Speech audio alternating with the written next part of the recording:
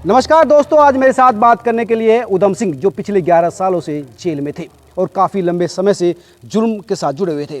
D50 gang उनका कहा जाता रहा। आज हम तमाम सवाल उनसे पूछेंगे और पूछेंगे कि आखिर वो अब भविष्य में करना क्या चाहते हैं। उधम सिंह जी, पिछले 11 सालों से आप जेल में थे, जी सर। अब बाहर आए हैं, क्या मकसद है अब? मेरा असल में मेरे जो है कस्बे वासियों ने मेरी पत्नी को मेरे जेल में रहते हुए जो है नगर पंचायत का चेयरमैन चुना है, और मैं जेल में रहने से जो उनकी उम्मीदें हैं, आशाएं हैं और जो मुझ पर भरोसा है, विश्वास है, मैं उसके अनुरूप मैंने अपराध की दुनिया को छोड़ दिया। उसको छोड़ने के बाद मैं सीधा यहाँ से मतलब जेल से रिहा होने के बाद अपने जो है मेरे पे जो 60-65 मुकदमे दर्ज किए गए थे, उसमें 50 मुकदमे में बरी हो चुका हूँ।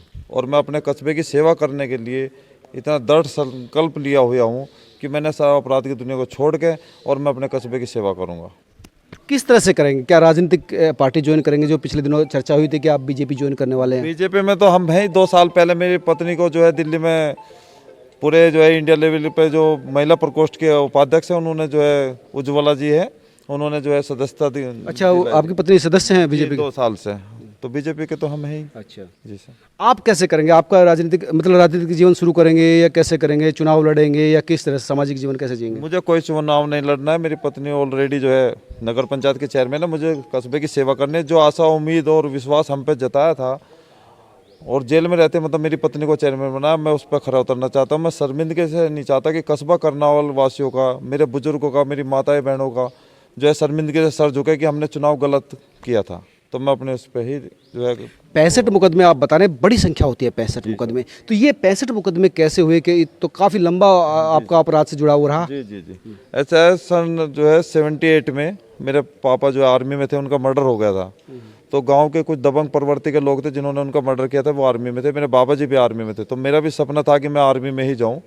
परंतु जब पापा का मर्डर हुआ, मैं थोड़ा जो है मतलब 10 या 11वीं क्लास तक पहुंचा, जब मतलब जवान होने की स्थिति में पहुंचा, तो तभी मुझ पर भी अटैक किया गया। उस दौरान ही फिर मुझ पर इन लोगों ने काफ़ी फर्जी मुकदमे लगाए, जिससे कि इसकी भी मतलब डेथ हो जाए और तुम्हारे सामने कोई विरोधी मतलब पक्ष ना रह पाए।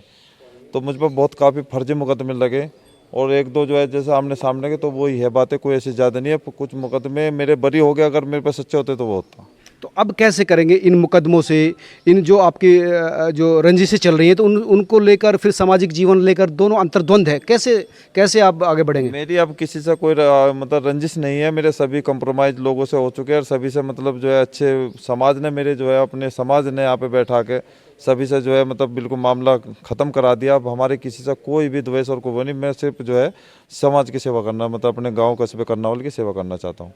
कई लोगों का कहना है कि इनका D50 गैंग है, जिसमें बड़ी संख्या में लोग जुड़े हुए हैं। तो D50 गैंग के सरगना बताए जाते हैं आपको उस? वो तो देखो, एक बात सुनो, ये तो प्रशासन का मामला है कि उन्होंने मतलब वो दर्ज किए हैं। जब मुकदमे थे तो उन्होंने गैंग भी चिन्हित किया, मतलब बनाया गया है कुछ, पर ऐसा कुछ नहीं है। अब फिलहाल मैं अपने घर पे, अपने कस्बे में, अपने निवास स्थान पे बैठा हूँ और अकेला बैठा हूँ। ना मेरे पास कोई गैंग है ना कुछ, मेरे पास सिर्फ समाज है मेरा, और मैं उसी के साथ हूँ। तो भविष्य सिर्फ सामाजिक सेवा, सामाजिक सरोकार के तक सीमित है? जी जी जी सर। आपको जमानत मिली, जमानत पर बाहर आई है, तो जमानत को लेकर क्या प्रशासन की तरफ से कोई शर्त रखी गई है या कोई टर्म एंड कंडीशन है? कैसे? ऐसा मेरे कस्बे के मतलब जो बुजुर्ग हैं, सम्मानित लोग हैं, और मेरी जो पूर्व चेयरमैन माता हैं सुमिता देवी जी, वे उन्होंने SSP से जो है मुलाकात की थी। उन्होंने सिर्फ यही बात है कि अगर हम कोई भी हमारे नाम से फर्जी रंगदारी मांगता है या कोई मर्डर में कहीं नाम आता है, तो हमसे बेधड़क होगा, हम पे कानूनी कार्रवाई की जाए। हाँ, कई कई मामले इस तरह भी आए थे कि आपके नाम से रंगदारी मांगी जा रही थी या धमकाया जा रहा था। ये पहले भी हो चुका कि बहुत लोग ने मेरे नाम से मांगी, तो वो जो है प्रशासन ने उसको पकड़ के जेल में डाल दिया गया। और मुझे अपने शासन प्रशासन पर पूरा विश्वास है कि वो मुझ पर फर्जी मुकदमे दर्ज नहीं करेगा। कहीं ऐसा तो नहीं कि जिस तरह से बीजेपी से जुड़ने की चर्चाएं हो रही, चुनाव राजनीतिक सरगर्मियां तेज हो गई उत्तर प्रदेश चुनाव को लेकर, तो कई राजनीतिक चुनावों को देखते हुए तो ये ऐसा नहीं कोई राजनीतिक मुद्दा या कोई राजनीतिक लाभ आपके थ्रू कोई लोग लेना चाहते हो, या शासन वाली जो पार्टी है बीजेपी लेना चाहती हो, कुछ इसके पीछे कोई मकसद तो नहीं है? नहीं नहीं, इसमें सिर्फ मेरे तो एक समाज के, अपने कस्बे की जो है सेवा करने का वो है। मुझे किसी पद और प्रतिष्ठा की कोई मतलब ऐसी कोई लालसा और उम्मीद नहीं है। मुझे तो सिर्फ सेवा करनी है कि मुझे चुना गया है मेरी पत्नी को जो है चेयरमैन पर्सन, तो मैं तो वही करूँगा सर। कोई आगे का कोई ऐसा कुछ भविष्य में ये नहीं है कि मुझे कोई आगे इलेक्शन लड़ना है, ऐसा कुछ नहीं। मेरा कस्बा ही मेरा सम्मान और स्वाभिमान है, और उसी का मैं चाहता हूँ इसकी रक्षा मुझसे हो, चाहे इसके लिए मुझे कितना बलिदान देना पड़े, मैं अपने कस्बे के लिए हमेशा तैयार हूँ। अपराध से तौबा कर लिए। बिल्कुल सर। तो ये थे उधम सिंह जो लगातार अपराध की दुनिया से जुड़े हुए थे। बताया कि किस तरह से रंजिशें रही हैं जिसकी वजह से अपराध से जुड़ाव हुआ, लेकिन अब इनका कहना है कि वो अपराध की दुनिया को छोड़ आए हैं और चाहते हैं कि जिस कस्बे से, जिस ज़मीन से वो जुड़े हैं, वहाँ के लोगों की सेवा कर सकें ताकि लोगों की ज़िंदगी में बदलाव आ सके। करनावल से कैमरा सहयोगी लोकेश के साथ मनोज शर्मा।